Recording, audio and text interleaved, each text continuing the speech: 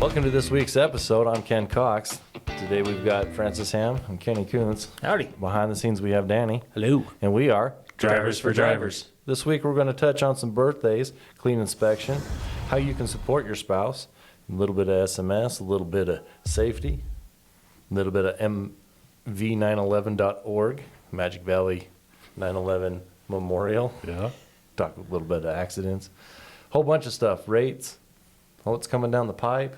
Why I'm sunburnt? Why he's sunburnt. I want to call him a trash panda, but I feel like that's derogatory. And I don't Thought about wearing my sunglasses. Didn't think it would be appropriate. Sunglasses and I like to be I'll add digital ones. Gotta love 3-day weekends. Oh yeah, it was great. What did you do this weekend? Monster truck show. of Monster course. trucks. And mini monster trucks and lawnmower racing. Good times. It don't get no better than that. That would You gotta be red-blooded American to go to something like that. Yeah, absolutely. It's very patriotic.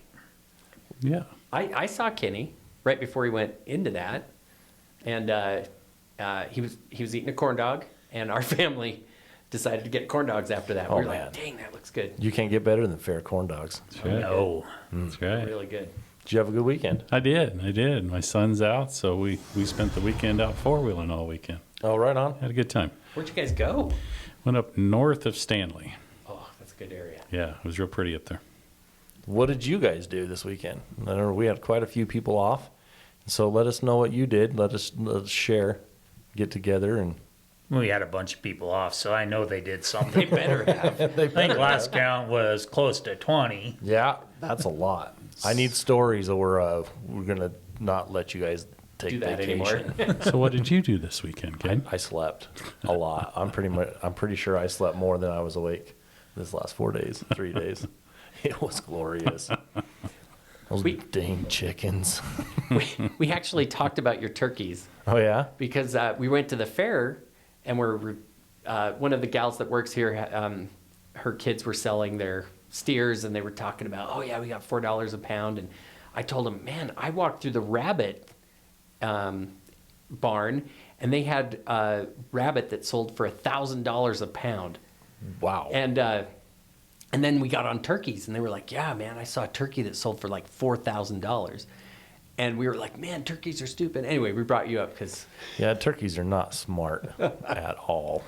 You know, I've been telling people that they walk through water to cool off. Everyone thinks I'm crazy. No, they do. I said it's science. Ask Ken. Science.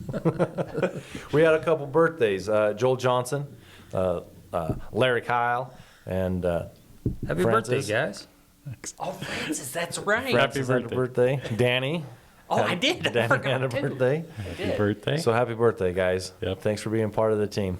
Happy birthday. Happy birthday. Joel Bean, fairly new to us. Great driver. Got a clean inspection, level 3. Great. So you got some dollars coming towards you for that. We really do appreciate that. Next week we'll talk on a little bit of the SMS scores, and from what I've seen so far, they have dropped dramatically. So I'm super excited to bring that to the table next week. Excellent. You guys are doing awesome out there. Sweet bit. We should have party hats next week Party hats and some. to celebrate the good stats. Is that a good time to bring up accidents? Yes. And speaking of which, Yeah, trash panda. bad panda. bad panda. We may or may not have had an incident a few days ago. Parking lot out of the Flying J. Still working on it to see what is or isn't true. And so when you're out and it's dark or light and you're in those parking lots, you be very, very careful. Okay, you need to know what's behind you, in front of you, around you, all the safety stuff. Not only that, it's the people trying to get something for nothing, you know. It's a pretty cutthroat world out there right now. And we don't need anyone. Best thing to do is get as many witnesses as you can if someone accuses you of something, you know. This may be the case on this, may not. You know, we're still trying to figure that out. But always get witness statements, you know, to back up either your side or their side, you know, either way. Get as many witnesses as you can. Videos, pictures. Yes. I need a phone call right away.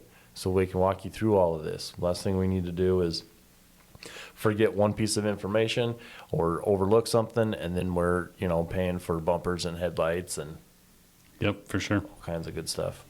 We on that note, is there? I think every one of our trucks has dash cams in it, right? They do. Are those? Do we have to maintain those, or do they? Or how often do we need to worry about checking to make sure those are working and stuff like that? So they should be working. If they're not, they'll let you know they're not working. And then also, if something like that does happen, you feel a little bump or something like that, down on the steering wheel right below there on the panel, there's a keypad, and on top of that, the green button. Smash that green button, it'll start recording. I think it goes about 30 seconds back. And then any video that it has in its memory, it's going to save. It's going to send it up to the cloud. It'll do some digital stuff, and then science, and then come back down and to my computer, and then we can be able to upload that. I think I saw a video that Dave Shattuck had uploaded of a close call that he had. He was driving down the road, and a car was merging onto the lane, and it was raining real bad, and it flipped out in front of him, and he was watching. He was doing a good job. He's doing what he's supposed to, and was able to, miss that car without any incident. But he probably did what you said. He hit that record button just to show, hey, look at how you've got to keep your eyes on the road. Yeah, we do have big targets on our back. Never admit fault. Ever. Yeah, that's a major one. Insurance and our investigations and stuff will sort that out. Mm-hmm. Yep. For sure. Real quick onto tires, and I know we talked about this all the time, but we had a meeting this morning with a potential supplier. We got a couple more meetings set up that we're looking for I don't want to say the cheapest, because that's not what we're looking for. We're looking the frugalist, the more gooderist, frugalerist. Mm-hmm. I don't know how to most frugal. Yeah. Negotiate prices. is Way what we we're can doing. go that way. Yeah. And then that way we can, those savings are passed on to you as the driver, because when you're looking for tires and replacing your tires, we've been back here and fighting for these prices. So just know that's going on in the background right now. Yep. We have a lot of costs associated with tires. I would say, other than fuel, tires is your next largest cost. And so we're doing what we can to get those prices down. How much does the way we take care of our tires affect what kind of deals we're able to get? Like when they see, oh yeah, you guys are pretty good at making sure, we don't get a lot of blown tires from you guys, so we can reuse those blanks or whatever you call them. Casings. So yeah, when the blanks are brought back in, if we're not down into that secondary rubber and we get them back before then, that's they grade those casings, a B casing and A casing, and we're not looking at B casings, we want A casings. So we need those back before they're down in the secondary rubber. They don't have side punctures, that kind of stuff, and then we can get primo dollars. So and that when a company we're trying to get a deal with sees that we're good at that, does that help at all in what they do? I mean, maybe it doesn't. I don't know. Well, there's several ways to look at that, I guess. We're talking to these folks not only about tire pricing, but labor pricing, what it costs us when we go into some place. We can really control the tire vendors here in our backyard. The question is the ones that are out there on the road. There's certain places that we go to as a norm whenever we have an issue, and we buy off national accounts and whatnot. But, if you're in the middle of nowhere and you pull into a tire shop, you need something done, it's like, all right, payday for them. They're going to charge you $300, $400, $500 for something that you could have done here for $100, right? So it's trying to set those kind of relationships up with different people, and where do we go and who do we work with to get the best advantage for our people, So that's really what we're looking at all the way around. Absolutely. Danny, before we started, you had a question. Let's hit that. Yeah, and this kind of made me think about Jeff, what he said about his wife. And a couple of shows back, Jeff had said something about his wife was he looked at her as a superhero because, you know, she was at home with the kids and was doing all this stuff as he was on the road. And my question, or a question we got was, what is the, how can you support a spouse or driver, or sorry, a spouse or partner who is a driver, or if you're a driver, how do you support your spouse who's at home, or partner? Patience comes to mind. Trucking is trucking. Things change all the time. Loads cancel, you know.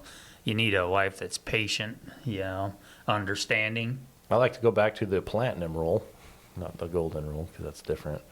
Communication, right? And it's not just like a text. You know, you pull over for the night and you text your loved one, or, you know, you got to call. You need to make time. You got to make effort. You call and you talk about, you know, the day's events. You know, when you stop at the end of the day and you call up your spouse, your loved one, you know, have something to talk about. You know, hey, I understand, like, you've been holding the steering wheel all day long and you've just seen, you know, if you're going down I-80, you've seen, you know, brush, you know. Come up with a topic or come up with something that you've seen so that you can share that with your loved one on the road. And the same goes back, you know, to the spouse, the loved one that's at home. You know, what did you do? I mean, we all get in our daily routines. You know, I did this at the house, or this at work, you know, and there's not a lot to talk about. And it can be a struggle sometimes. But you need to communicate and come up with something and have it maybe scheduled, you know. And so as you're going down the road and you notice, you know, oh, hey, it's almost 8 o'clock, that's when I scheduled, you know, me time for, you know, the loved one, you know, you kind of look forward to that every day. And so that helped with me being on the road anyway. We always had that available. The platinum rule. The platinum rule. Yeah, no, 100%, 100%. You know, when I was driving, of course, there wasn't any cell phones or anything like that. But to your point, it was, hey, I'll give you a call at 8 o'clock tonight. And you went and found a payphone or whatever, and you called at 8 o'clock at night, you know, and you had that conversation. You looked forward to it, and your spouse looked forward to it, to that call. One of the other things you can do, especially today, since we got cell phones, is even though you may be out on the road doing your thing, you can still help out at home. There's a lot of times, you know, phone calls need to be made to maybe a doctor's office or to utilities company or to the insurance company or whatever, you know. And in your off time, you could kind of take care of some of that too and kind of help out. And then the other thing is, remember, when you're out there on the road and you're running, you are performing your job and you're doing your thing while you're out there.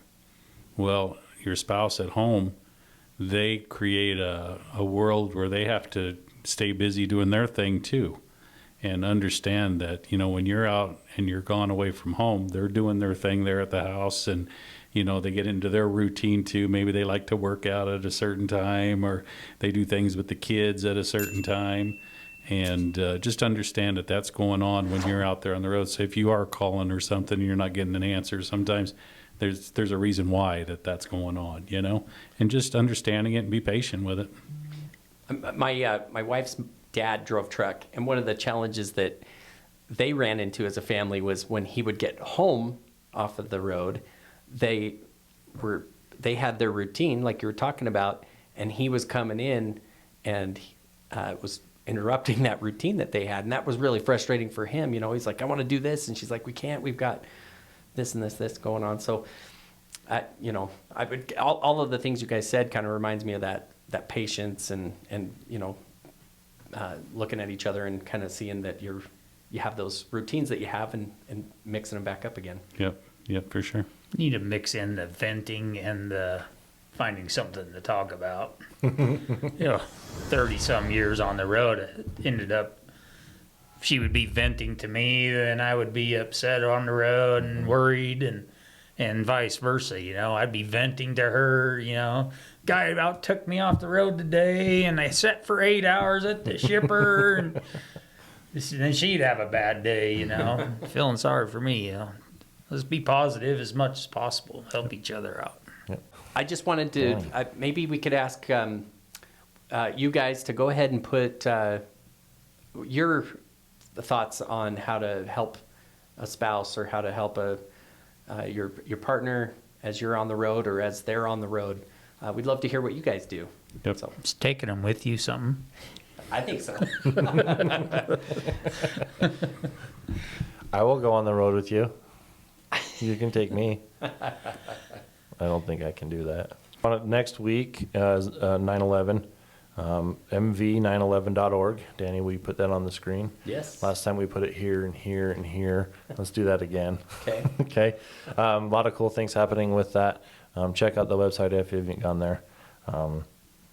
Giltner GLS, big part of that this year, and so I want you guys to be a part of it too. I think when this show goes live, the next day we will. So you'll watch this the next day. Check out our social media because I think we'll be posting images from that event. I think we're walking the flag down. Yeah, helping with that. I think that's Monday. What a great cause Oh, it is? that is. Yeah, okay. I think that's Monday. But Okay, well, it's coming up after it's coming the up. show. Yeah, super cool. We can switch subject a little bit. You know, these guys have probably seen some increases in some rates, you know, that's been going on, which is a good sign. You know, we're not in the dumps all the time with all the stuff that's been going on. We're starting to see an uptick. I know mid-month this month, we got a pretty significant increase on our Greensboro's lanes. Mm-hmm. You know, so that'll be coming. We're starting to see a lot more of our other customers picking up. You know, we're doing a lot of Illinois and Michigans and Ohio's and Texas and stuff like that. And those are really good rates, you know. I'm glad everyone stuck it out and plugged through it with us, you know, and as everyone knows, fuel's all over the place still, you know, so we need these better rates for sure. Yeah. So we talked a little bit of safety earlier. Let's bring in the safety topic. You bet. So when you're driving your vehicle, you get your tractor and it's fairly new, and you're running it down the road. As things kind of break down into it, you get used to that. And one of the things that you really want to look at when you're doing your pre-trip and pay attention to when you're driving, because it does become, it breaks in slowly so you really don't recognize it. But things like kingpins and shocks, spring bushings, things like that in the front end, you can tell when you get that truck and it's new, it's really tight.